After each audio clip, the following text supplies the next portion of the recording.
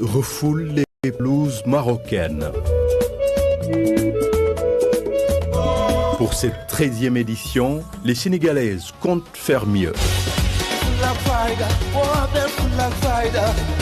Du 5 au 26 juillet, vivez le meilleur de la CAN féminine en direct sur Radio Sénégal.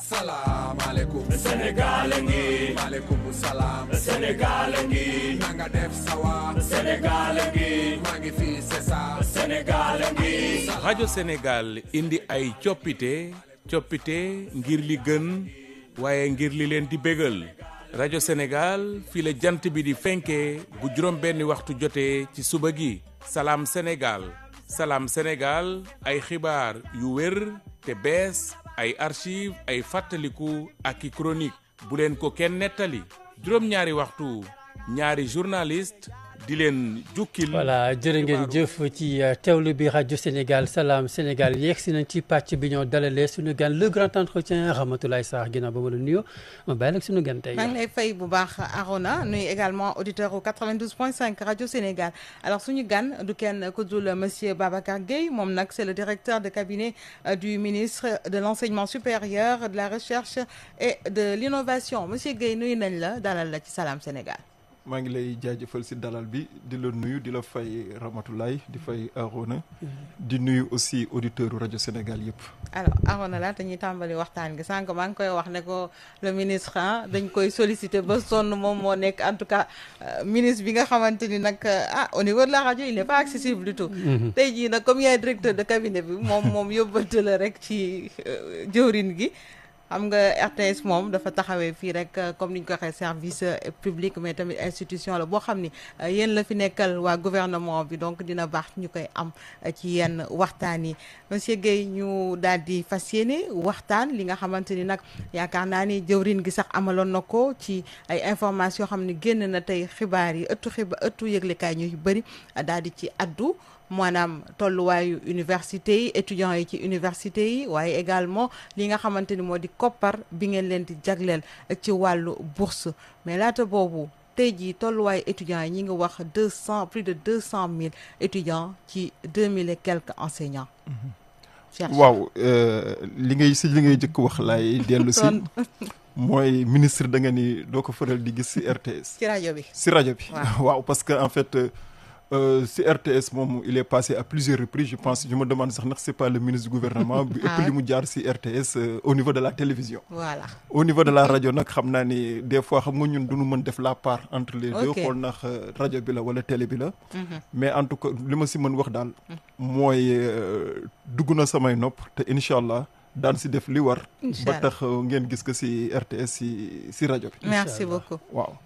léegi si mbirum étudiants yi ni nga ko waxee.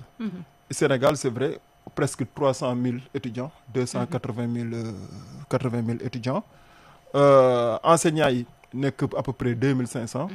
mu nekk ratio boo xam ni faible na. ndaxte li ñu gis mooy étudiants yi ni ñu ëppee enseignants chercheurs yi dafa bari te enseignants chercheurs dañ si boole les chercheurs ñi nga xam ni du ñu jàngale. parce que am na ñoo xam ne ay chercheurs rek la. ñooñu du ñu jàngale. mais enseignants chercheurs yi su fekkee ne enseignants yi nga jël def ratio bi ak étudiants yi. chiffre bi day gën wàcc. loolu nag mën nañ si wax lu bare. 300 000 étudiants si 18 millions d'habitants barewul. Sénégal li mu am si étudiants barewul. par rapport ak population bi par rapport ak objectif de développement yu nu am ndaxte lu nu mënti wax itam développement. ñi koy impulser mooy ñi nga xam ne mën nañ jël ay décisions stratégiques. te ñi mën jël décision stratégique en général mooy ñi nga xam ni seen formation baax na seen formation kawe na mooy ñi seen formation gën a kawe si réew mi te ñooñu foog d'abord ñu nekk étudiant pour mën àgg si yenn niveau yi. tey jii soo jëlee ratio bi 18 millions d'habitants 300 000 étudiants te 300 000 mooy li nga xam dama ko arrondir parce que c'est 279 000 et cetera. soo defee ratio bi néew na trop. ba tax mënul impulser développement Sénégal donc foog ñu xool yan jumtukaay la ñuy teg pour yokk nombre d'étudiants yi. yokk nombre d'étudiants yi nag mooy yokk leen ci secteur bu nekk ci domaine bu nekk di si domaine science technique mais aussi dans le domaine littéraire parce que yooyu yëpp soxla na si ay étudiants foog ñu xool itam yeneen jumtukaay yu ñu teg pour yokk enseignants chercheurs yi ndaxte enseignants chercheurs yi en fait mooy ñi nga xam ne ñooy togg xam-xam di ko teg ba société bi ñëpp mën si bénéficier wu ba dëkk bi yëpp mën si bénéficier wu ba état bi mën si bénéficier wu dëkk soo buggee mu jëm kanam soo buggee mu développé wu dëkk soo buggee mu avancé foog boroom xam-xam yooyu bare si ñooñu nga xam ni ñooy tax dëkk bi di changer des fois paradigme di changer orientation di tax en fait dëkk bi di bénéficier wu si xam-xam yu bees yi si xam-xam yi ko mën jëmale kanam ba tax na daal ñoom ñaar ñëpp foog ñu xool nan koy liggéey pour ñu mën leen yokk. alors ci fànn googu sax moom jawriñ gi mi ngi wax ni da soxla nañu recruter lu toll ci 1500 enseignants. ñu mu ngi koy addu ba également. waaw loolu xam nga du chiffre bu génn rek noonu. bi nu ñëwee dañu def wër université yi. waxtaan ak acteurs yëpp. def benn séminaire Saly de stabilisation de l'année. bi ñu defee séminaire bi ñu xoolee. dañu ni université Sénégal. ay études la yoo xam ne vraiment dañ ko xool acteurs yëpp a nga fa woon. ñun université Sénégal tey jii pour que mu mën respecter les normes internationales les normes universitaires il nous manque 1500 étudiants. 1500 étudiants 1500 enseignants chercheurs ñooñu actuellement jàngalekat ñooñu ñoo manqué si université Sénégal pour que université Sénégal nekk université bu mag université boo xam ni si mbirum jàngale bi matale na si secteur yëpp ak si université yëpp nag ñu def diagnostic bi ñu gis chiffre boobu nag bi ñu ko gisee muy 1500 mooy loo xam ni bare na barewul parce que itam dafa am coût ndax affaire yi du ay nit ñooy jël rek kii leen mais borom xam-xam yi 1500 yi am nan ko si Sénégal 1500 yoo xam ne mën nañ leen recruter am nañ ko si Sénégal ndaxte Sénégal bari na ay borom xam-xam yoo xam ne ñoo ngi toog si biti mën na leen intégrer biir université pour jëriñoo seen xam-xam mais en fait tey jii moyens yi xëy na moo demeewul noonu. coût bi daal wala coût bi. waaw parce que dafay nar a cher pour réew mi quoi day nar a diis ci réew mi. enfin du ma ni day nar a diis ci réew mi parce que sooy investir si xam-xam sooy investir si lu jëmale dëkk bi kanam. kooku coût boo si def jar na ko quoi. tey jii suñ ko évaluer par exemple c'est autour de 27 milliards par an léegi pour les 1500. 27 milliards par an pour les 1500 léegi ku nekk mën nga ko jëlee noo ko neexee mais bu nu fàttali ni jàng bu kawe bi secteur prioritaire la. secteur prioritaire parce que en fait foofu rek tey jii su ñu wax capital humain foofu la ñu mën jaar ou en tout cas mën nañ fa jaar pour enrichir le capital humain Sénégal pour développer ko quoi. bu weesoo recrutement bi nga xamante ni soxla ngeen ko ci wàllu jàngalekat yi yéen a ngi wax également ci coût annuel étudiants yi nee ngeen également que étudiant bu nekk dina leen dikkee lu ëpp 1 million ci koppar loolu dafa diis wala. xam nga chiffre la. te chiffre si investissement si nit. ku nekk mën nga ko jàngate na nga koy gisee. su fekkee ni tey jii étudiant bu nekk par at def nañ si 1,170,000. 1,180,000. étudiant boobu ñu fexe ba mu àgg fu gën kawe. ba mun produire richesse pour dëkk bi. ak produire xam-xam pour dëkk bi diisul ndax investissement la boo xam ni en définitive dafa rentable. mais su fekkee dañ koy investir si étudiant mu def benn ñaari at génn si système bi kenn xamatul lu muy def génn kenn xamatul si lu mu nekk. mu nekk en fait benn forme d'investissement à perte diis na moo tax dañ koy évaluer par rapport à l'efficacité en fait de l'enseignement supérieur au Sénégal. su fekkee ne évaluer nañ ko par rapport ak boobu rek ñu xool tey ji nombre d'étudiants biy dugg li muy jar si état du Sénégal en termes d'investissement. ak ñaata étudiants ñooy génn ñaata étudiants mooy génn mooy ñaata étudiants ñooy am licence am liggéey. ñaata étudiants ñooy am master am liggéey ñaata étudiants ñooy am doctorat eggale ba am doctorat am liggéey ak xëy na aller dem plus haut loolu su fekkee ni dañ koy investir si étudiants yi mu nekk 1 million. 170,000. ba pare étudiants yi en fait di réussir mën na ni coût bi diisul trop. mais nag su fekkee ne pour que étudiants yi duñu réussir. kooku dafay diis. mais du étudiants yi nekk Sénégal rek am na également koppar bu takk boo xamante ni étudiants yi nekk bitim réew tamit yéen a ngi leen koy jagleel.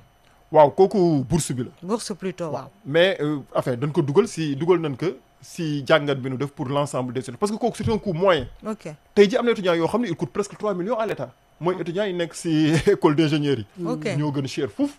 étudiants yi nekk si yenn université même si université yi am na université yoo xam ne étudiants yi fa nekk. seen coût moo gën a moins cher que étudiants yi nekk si yeneen universités yi. Donc c'est vraiment un coût moyen. Maintenant day poser beneen problématique ñi nekk bitim réew ñi nekk à l'étranger. kooku itam xam naa ni daan si waxtaanaat lu bare. parce que ñi nekk à l'étranger daf si am ñaari catégorie ñoo xam ne état bi day investir si ñoom xaalis bu bare ñàkk leen. ci naka. c'est que parce que dañu nekk foofu si ay université Sénégal financé seen étude bi nekkee Sénégal ñu dem foofu Sénégal di leen jox bourse yëpp suñu pare entreprise yi foofu jël leen ñu liggéey toog si dëkk yooyu liggéey fa kooku xam nga Sénégal daanaka ñàkk na la à part li ngay xëy na comme que am nga fi ay mbokk de temps en temps nga yónnee xaalis gi mais ñun du simplement cet aspect là moo mën a yokk comme Sénégal c'est-à-dire xaalis bi nga yónnee xëy na am na solo mais itam xam-xam bi nga am accumuler que di ko mettre au service d'un autre état soo ko mettre au service du Sénégal itam danañu mën yokkal dara. mais moom qu'est-ce qui est fait pour vraiment mën ko encourager mu dellu si. C'est une bonne question en fait loolu. parce que en fait xam nga nit itam fu mu nekk day fexe ba mu réussir. ba réussir itam d'un point de vue individuel. tey su demee bitim réew li nu war a def mooy xool na mu dellu see mais na mu dellu see boobu xam nga lu tax muy metti parce que su fekkee ni dafa am une proposition publique d'un état foofu état du Sénégal du mën aligné wu si proposition boobu.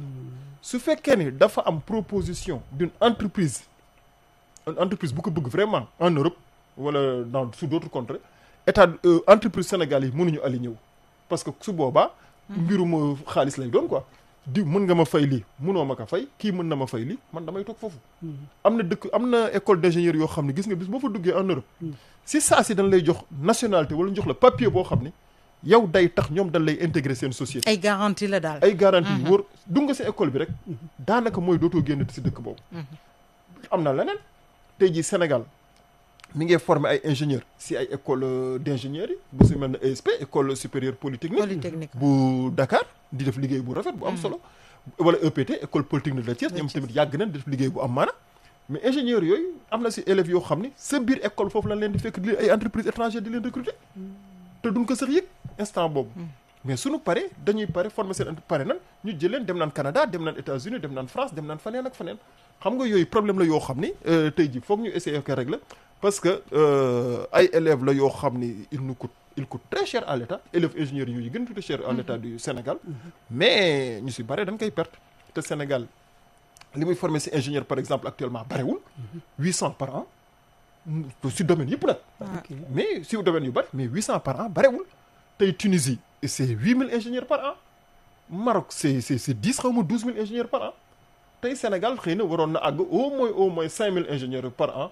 pour mën xëy na impulser développement mais 800 la ñuy former suñu si perdee 200 wala 300 par an xam nga ni loolu dana feeñ si sunu économie ak si sunu taxawaay. alors monsieur Guèye est-ce que looloo waral tey jii ngeen nar a ëllëg lancer li nga xamante ni moo di antiscript bi di indi rek benn initiative boo xamante ni pour permettre la chaque citoyen ñu repenser enseignement supérieur bi ci agenda tënku nag ci agenda national 2050 bi.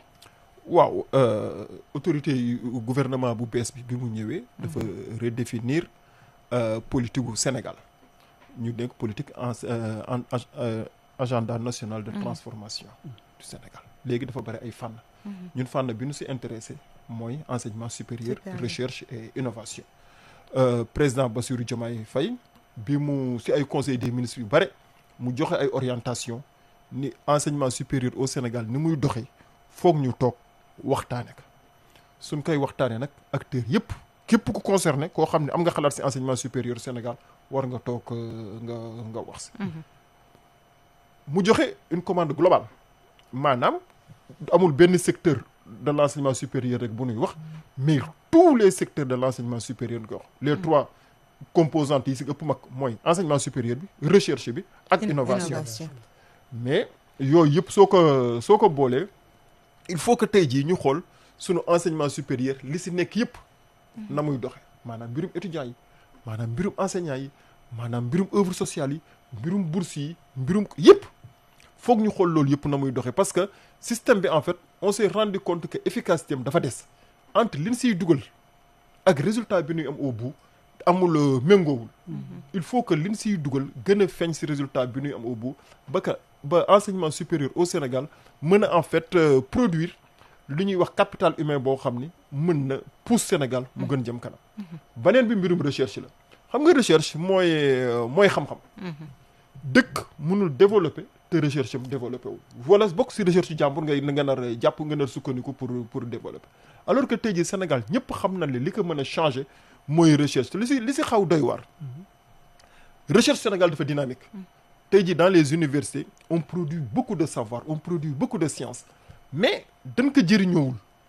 tey jii il faut que ñu xool nan la ñuy def barke xam-xam boobu science boobu ñuy produire ci Sénégal nit ñi mën ko jëriñoo loolu itam bokk na ci objectifu assises yi. te ba président Bassirou Diomaye joxe na orientation dans ce sens. beneen affaire bi mooy innovation. xam nga si nan laa koy gis nga recherche. mooy dundal innovation.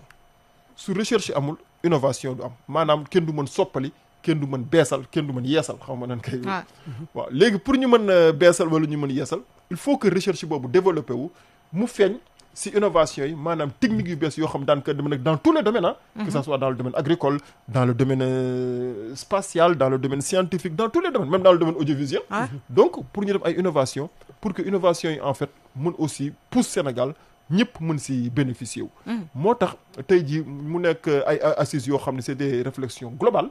sur l'ensemble de l'enseignement supérieur ba moon xool na su enseignement supérieur nañ koy jëmale kanam. mais tey recherche yooyu ngay wax est-ce que koppar bi ci war parce que xam nañu recherche aussi dafa am coût boo xam ne moom lay laaj est-ce que koppar boobu également da ngeen koy xool nu ngeen koy defee wala koppar boobu aussi mi ngi fi. non koppar bi nekkagu fi. koppar bi nekk gu fi ba moo tax nag itam si waxtaan yi ñuy waxtaan dañuy xool koppar bi nan la ñuy fexee ba am ko. parce que tey jii fonds de recherche bi si gën nga ne mooy li ñuy wax FIRST fonds d'impulsion de la recherche scientifique et technique. c'est à peu près 1 milliard. xam nga 1 milliard te yow recherche réew surtout recherche dëkk boo xam ni Sénégal tey jii recherche bi dafa diversifié wu. dans tous les domaines ak objectifs yi ñu am. moo tax tey jii dañu bëgg mettre en place en fait un fonds national de recherche boo xam ni. dañuy xool fépp fu nu mën jëme xaalis boo xam ne mën na financer ci recherche bi rek ñu dem jëli ko boole loolu yëpp ndax ñu mu mën a impulser la recherche effectivement parce que recherche vraiment kii la laaj moyen la laaj alal la laaj xaalis la laaj te des fois li ci sauf mooy recherche da ngay commencer benn affaire def ci xaalis bu bari du aboutir wala du am résultat escompté nga war recommencer mais loolu warul tax nga décourager wu en fait parce que toutes les grandes découvertes foofu la jaar. fonds yooyu fan ngeen koy jëlee. am na ci fonds yoo xam ne état bi moo ko ciy def. d'accord. am na fonds yoo xam ne on compte beaucoup sur le secteur privé. parce que recherche boobu en dernier ressort le secteur privé moo siy bénéficier wu. donc on compte sur le secteur privé pour mu accompagner ñu ci recherche on compte aussi sur les partenaires internationaux en général dana naan ku dëkk bu nekk yaay financer sa bopp ci recherche. mais tey jii ni mu demee am na ci partenaires yoo xam ne par exemple suñu leen solliciter seen intérêt la ci ñu développer yenn recherche yi au Sénégal. te ñooñu suñu si demee daan si jàpp bu baax. dañuy dellu si waat ci loo xamante ni ba tey jotewul ak activité bi ci biir ëttu université yi ñi ngi koy xayma également nee nañu am na 9 universités publiques moo am fii ci Sénégal mais également ci li nga xamante ni moo di commodité yi war a nekk ci université yooyu parfois ñu gis ci ay étudiants yoo xam dañuy génn manifester wu ndax seen wàllu restauration seen wàllu jumtukaay yooyu yëpp dafay des lu bëri. liggéey bi lan moo koy tàggatembel yenn saay ci ay travaux yoo xam ne démarré woon nañ ko ba xale yi di génn di ñaxtu. je pense que étudiant Sénégal moo ànd ak manifestation ak grève ak xeex parce que des fois damay gis étudiants yu ñuy def ma ni bon ça me rappelle quelques années il y a quelques années derrière ñun ñëpp jaar nañ si en fait. te des fois xeex bi xëy na du ko sax jar ndaxte loo xam ni da soo ko muñee benn wala ñaari fan mu régler mais bon. affaire yee demee noonu étudiant kenn mënu ko reprocher parce que fi mu toll la xale la gis na day xaw ànd ak tuuti fugg ba moo tax des fois mooy manifester maintenant manifestation yi nag yi étudiants yi def temps yi en général daf si am yoo xam ne si université yi la mooy affaire u bourse yi mooy tax étudiant manifester wala affaire restauration bi wala œuvre sociale yooyu en général mooy tax ñuy manifester pour problème bourse yi sunoo xool wax dëgg yàlla xam ni en fait daan na gën metti parce que depuis un certain temps remarqué nañ ni manifestation yi wàññeeku na ci affaire bourse yi parce que itam l'État a fait beaucoup d'efforts pour essayer de fay bourse yi à temps depuis un certain temps beneen affaire bi mooy affaire restauration bi restauration bi ñoom maa ngi nuyu repreneur université yu bari parce que ñoom tamit ils font beaucoup d'efforts par rapport à la restauration d'autant plus que état bi daf leen yoreel bor ñoom nag des fois dañuy dem ba bor bi diis trop ba dootuñu mën xëy na am Attan attanka wala am confiance garde confiance su fournisseurs yi ba moo tax des fois restauration bi di am yenn difficultés yi mais loolu itam état bi mi ngi see liggéey état bi mi def na ay effort fay bor yi di wàññi bor yi pour jàppale leen beneen affaire bi mooy li ngay wax infrastructure infrastructure yi tey jii moom la ñuy wax man mën naa ko tudd le serpent de mer de l'enseignement supérieur au Sénégal parce que depuis 2015 chantier yu bëri ubbi nañ leen mais chantier yu bëri pare wuñu te ñàkk pare chantier bi ça ne date pas de 2022 ou de 2023 ou de 2024 c'est depuis 2015 2015 ça fait 10 ans chantier yooyu pare wuñu te chantier yooyu su pare woon danañu aider bu baax ci condition étudiants yi condition yi ñuy jànge mais aussi condition yu ñuy dëkke yu ñuy nekk ci biir université yi maintenant nag am na ay financement yoo xam ne dugal nañ ko ci chantier yi mais sooy xool itam li ñu dugal ci chantier yi ak état bi chantier yi nekk méngoowul te yooyu itam ay problème la yoo xam ne foog ñu xool nan mais est-ce que justement foofu def ngeen audit bi xool li nga xamante ni moom moo téye chantier yooyu parce que 2015 à aujourd'hui yàgg na lool te bu ngeen ci naree dugal ay coûts yoo xamante ni aussi du méngoo nan lay demee loolu aussi du gaaw tey jii chantier yëpp xam nañ lu ko téye lu ko téye yenn mais li ko téye problème mu xaalis la moo téye chantier yi mais tey jii foog ñu xool en fait ay financement mode de financement efficace yoo xam dana permettre ñu terminer chantier yi c'est-à-dire ay procédures parce que su ma la nee am na benn chantier boo xam ne entre Thiès la Bambey ak Ziguinchor mooy ñetti université d'ailleurs yëngu yu gën metti ci Sénégal mooy li ñuy wax les chantiers de c'est les 1000 lits bu ci nekk muy jet contracteur mais kooku problème mu paiement la foog ñu xool respecter les procédures xool nañu fexe ba génne loo xam ne entreprise bi su ko encaissé tey jii dana ko permettre mu terminer chantier yooyu affaire la boo xam ni c'est des chantiers qui sont prêts après 95%. donc mottali rek a si des donc tu vois yeneen itam am na yeneen chantier université Sine Saloum boobu tamit ay quelques problèmes de couverture budgétaire si am mais en tout cas état bi mi ngay liggéey actuellement de façon intense parce que président de la République joxe woon na instruction pour ñu mettre plan d'urgence pour finir les chantiers au niveau des universités ñoo ngi seen liggéey plan ak ministère des finances pour que plan d'urgence boobu ñu mettre que rapidement en œuvre pour que chantier yi mën pare avant la prochaine rentrée. Alors monsieur Guèye bokk na ci bu ñu delluwaatee ci ndaje mi bokk na ci défi yi tey jii mooy ay réformes durables yu xóot tey jii ñuy dem ci waxtaan bi ndax ñi nga xam te ne ñoom ngeen ko seqal ndax xam nga Sénégalais souvent bu ñu nee réforme rek ñu bari dañuy xaw a réticent ndax ñoom tey nangu nañu ànd ak yéen ci yoon boobu ngeen di jëmale njàngale mu kaw Sénégal. xam nga du Sénégal rek la réforme nit ñi di réticent wala di kii nit en fait moo d'accordul ak réforme souvent parce que da ngay nekk ci sa zone de confort pendant des années ñu yeewul suba ne non loolu foog nga changer ko pour def lii mu gën méngoog jamono wala affaire yi gën a avancer moo tax réforme c'est toujours en fait un moment difficile mais tey jii ñun de essayer nañ ba identifier l'ensemble des acteurs de l'enseignement supérieur képp koo xam ne am nga xalaat ci enseignement supérieur pour boole la ci réforme au moins soo ñëwee nga wax li nga xalaat soo ñëwee su fekkee ne am na lu ñu fay wax loo xam ne xëy na d'accord si wala yaakaar nga ni mënul jëmale enseignement supérieur u Sénégal kanam nga mën taxaw ni loolu d'accord si wala lii mënul jëmale enseignement supérieur u Sénégal kanam bare na parce que tey mettre nañ en place 8 commissions commission bu nekk dugal nañ fa ñoo xam ne yaakaar nañ ni seen xam-xam mën nañu permettre tey jii ñu xam ñu avancer l'enseignement supérieur u Sénégal si bépp fànn nag que ça soit si études yi si enseignement bi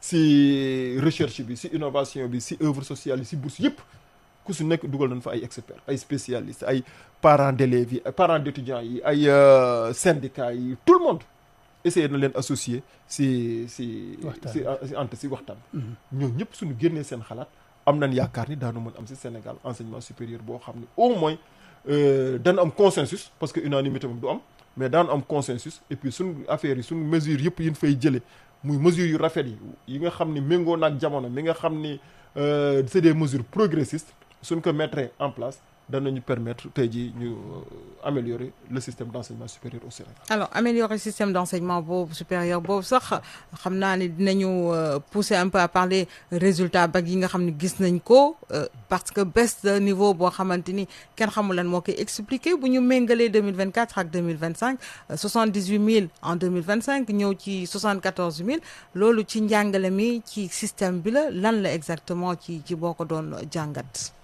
yaa ngi may laaj question boo xam ne xëy na tey jii expert ministère de l'éducation nationale. ñu si waroon gën a mën a tontu. ndaxte ministère de l'enseignement supérieur moom amul ak bac bi lu dul organiser. je sais ouais. enseignement éducation nationale ak formation professionnelle. Ouais. ñoom ñooy indi élèves yi xëy na ñoom ñoo ma si gën a mën tontu mais en tout cas li ma si mën wax. du baax du lu baax c'est pas une bonne nouvelle pour un pays. ñuy am bac résultat yi di wàcc. nombre ba le pourcentage bi di wàcc. c'est pas une bonne nouvelle. tey jii war nañ mën toog gëstu xool lu tax ñu jógee 51% bëgg tomber tey jii si 42 wala 43%. chute bi dafa mag écart bi dafa large dafa mag. beneen affaire bi mais mën nañ si commencer génn ay mën nañ si commencer même su fekkee tey jii on s'est pas approfondi mais mën nañ si commencer wax. déjà problème mu surveillance bi. bac bi ren on s'est rendu compte que surveillance bi a été beaucoup plus rigoureuse étudiants yi information yu ñu daan am élèves candidats yi li leen daan waxee bu leen indi telle chose ko information bi sur affaire bac bi les conditions dans lesquelles ça se déroule xëy na ça a été porté à un niveau boo xam ne tey ñun ñëpp en ont pris conscience. épreuve yi am na ñu doon contesté naan épreuve mathématiques yi épreuve yi dañ leen jox lu jafe dañ leen jox kii loolu man mënuma si sore ndax aw ma si xam-xam. aw ma si xam-xam donc lu ma si wax itam du nekk wax boo xam ni mën naa ko étayer wala mën naa ko téye quoi. moo tax affaire boobu moom du ma si sore mais en tout cas ñun daanu toog waxtaan évaluer parce que après chaque examen du bac foog ñu évaluer xool ce qui a marché ou ce qui n'a pas marché surtout au niveau de l'éducation nationale foofu nga xam ni les experts en pédagogie au niveau de l'enseignement de l'éducation nationale foofu la nekk ñoom. après suñu évaluer yoo xool daanu mën wax pourquoi résultat yi demee nii wala demee nii am na sax ku ma doon waxtaanal xëy na c'est à titre d'anecdote mu ni ma résultat yi en fait ren lu tax mu kële baaxul trop mooy dañoo am une année normale te nee na suñu amee année normale waaw moom la wax nee na ma suñu amee année normale sujets yi sont plus corsés ba pare enseignants yi sont plus rigoureux dans la correction alors que nee na ma sooy xool depuis 2020 année Covid bi. résultats yi dañ doon yéeg. parce que 2020 ce n'était pas une année normale gars yi dañu xawoon. teggi tànk 2021 22 yëpp gars yi dañu xawoon teggi tànk mais nee na bii comme gars yi dañu dëgëral. moo tax résultats yi xam nga nag ku nekk itam li ngay wax ça n'engage que toi. mais en tout cas sama benn xarit wax na ma loolu quoi. alors monsieur Guèye avant de rebondir sur quelques points en français peut-être benn point moo bëggoon xam évolution bi mooy waa SAES seen grève yi ñu doon wax ci affaire décret réversion des pensions des veuves et veufs yooyu fan la toll est-ce que tey jii juboo ngeen ba arrondir loolu féete na boor. waaw xam nga SAES dafa nekk acteur boo xam ne dafa am solo ci enseignement supérieur parce que enseignement supérieur Sénégal su avancé vraiment SAES joué na ci rôle bu mag a mag. ñoo ngi leen di nuyu di leen parce que ñoom vraiment c'est des collaborateurs c'est des partenaires du ministère de l'enseignement supérieur de la recherche et de l'innovation ci ay fànn yu bare.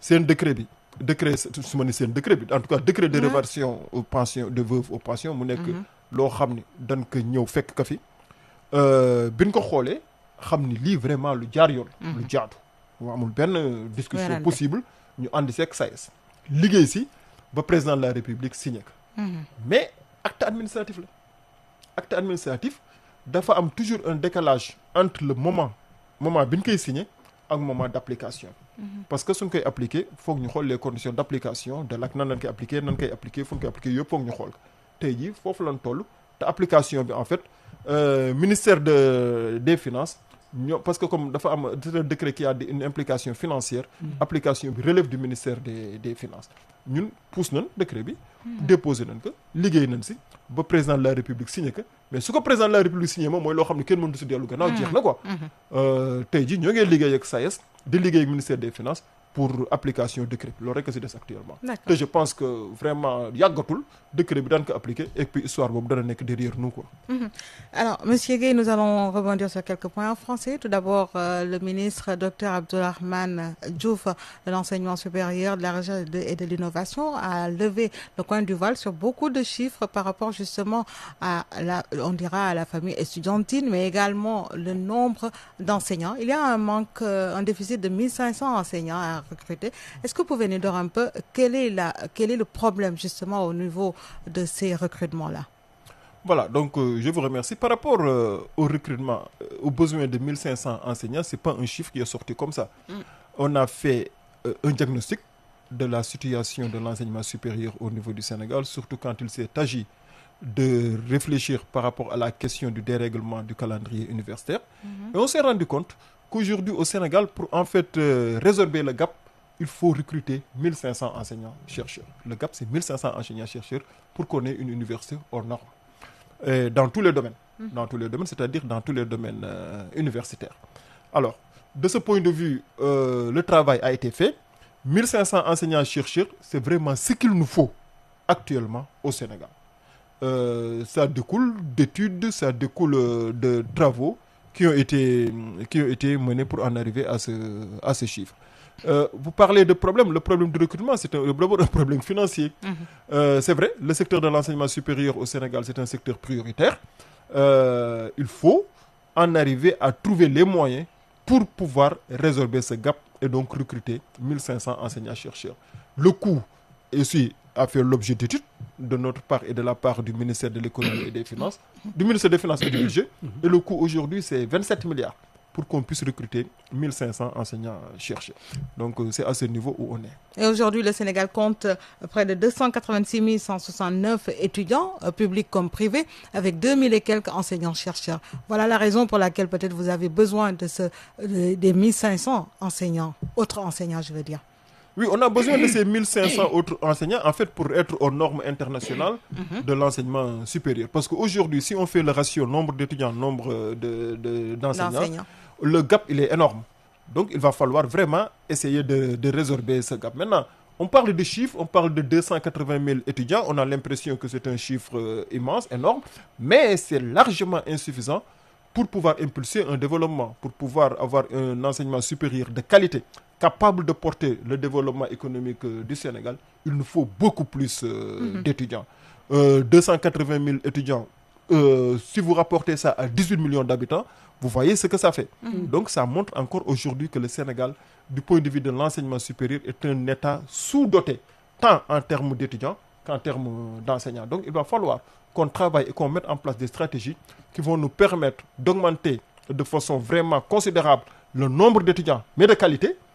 On ne va pas recruter comme ça les étudiants, faire tout le monde élève. Non, faire en sorte que ceux qui arrivent à l'université aient quand même le nombre d'étudiants en fait, parce que ce n'est pas tout le temps l'université, il y a aussi la formation professionnelle. En tout cas, ceux qui arrivent au niveau de l'enseignement supérieur aient les capacités de mener de bonnes études au niveau de l'enseignement supérieur.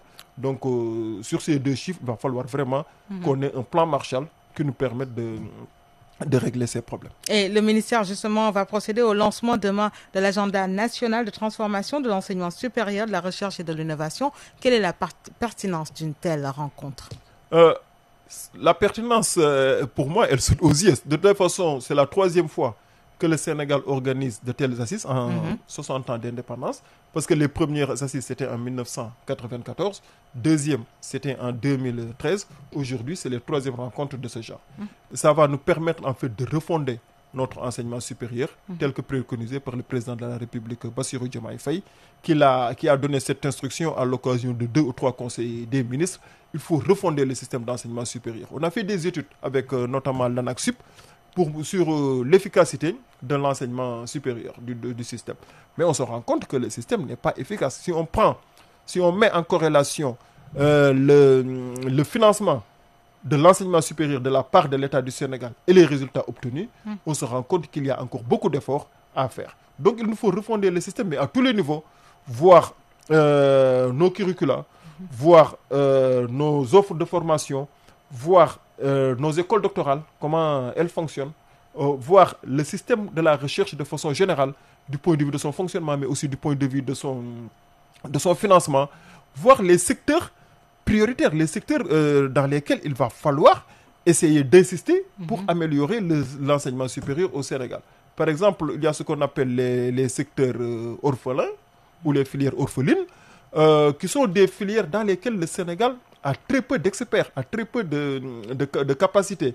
Par exemple, le spatial, par exemple, le nucléaire civil, par exemple, la cybersécurité, ou l'intelligence artificielle, qui sont des secteurs modernes sur lesquels, aujourd'hui, aucun État ne peut, qui veut aller de l'avant, ne peut ne pas investir. Investir tant d'un point de vue économique que d'un point de vue intellectuel. Donc, il va falloir qu'on essaye de développer des ressources humaines à ce niveau. Donc, toutes ces questions feront l'objet de réflexions au niveau des SACEM. Mais aussi, il y a une question essentielle. Oui. L'université, elle existe dans la société. Mais elle n'existe pas que dans la société, elle doit exister aussi pour la société. Mais aujourd'hui, on a l'impression qu'il y a une rupture totale entre l'université sénégalaise et la société sénégalaise. L'université, c'est une usine de fabrique de savoir, de connaissances. Mais tant que ces connaissances ou ce savoir reste cantonné dans les murs de l'université, ça ne sert à pas grand-chose au niveau de la société. Il faut que ce savoir et cette connaissance sortent de l'université pour pouvoir avoir un impact au niveau social, au niveau de la société. Et je pense que là aussi, il va falloir qu'on trouve des mécanismes pour que le savoir qui est produit au niveau de l'université ait des implications au niveau de la société. Alors, une toute dernière question, ça concerne le SAES. Est-ce qu'aujourd'hui, vous avez pu arrondir les angles avec le fameux décret portant réversion des pensions des veufs et orphelins? Alors, sur le décret de SAES, d'abord, je voudrais commencer par saluer mes collègues qui sont au niveau au SAES. Le SAES, c'est un syndicat extrêmement important ici au Sénégal qui a aidé, en tout cas qui a participé aux plus grandes avancées au niveau de l'enseignement supérieur au Sénégal et qui continue, parce que c'est un syndicat de contribution, mais une contribution essentielle dans le développement de l'enseignement supérieur. On a travaillé avec le SAES sur le décret, parce que quand on est arrivé au ministère de l'Enseignement supérieur, de la Recherche et de l'Innovation, lorsqu'on nous a présenté le décret du SAES, on s'est rendu compte que rien n'était plus juste et équitable que la signature et la mise en œuvre de ce décret. Okay. Donc, tout le gouvernement est d'accord, notamment le président de la République, raison pour laquelle il a signé le décret avec le Premier ministre qui a contresigné le décret. Donc, de ce point de vue, il n'y a aucun souci. Mais lorsqu'un décret est signé par le président de la République, il ne reste que l'application. Ouais.